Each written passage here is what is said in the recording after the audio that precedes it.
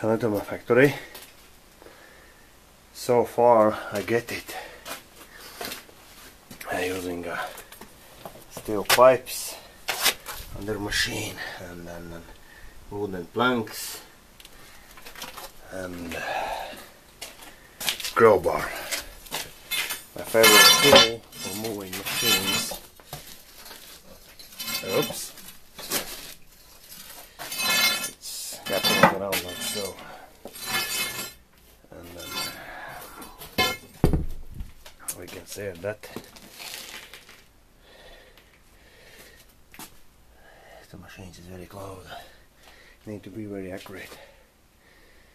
So it looks right now.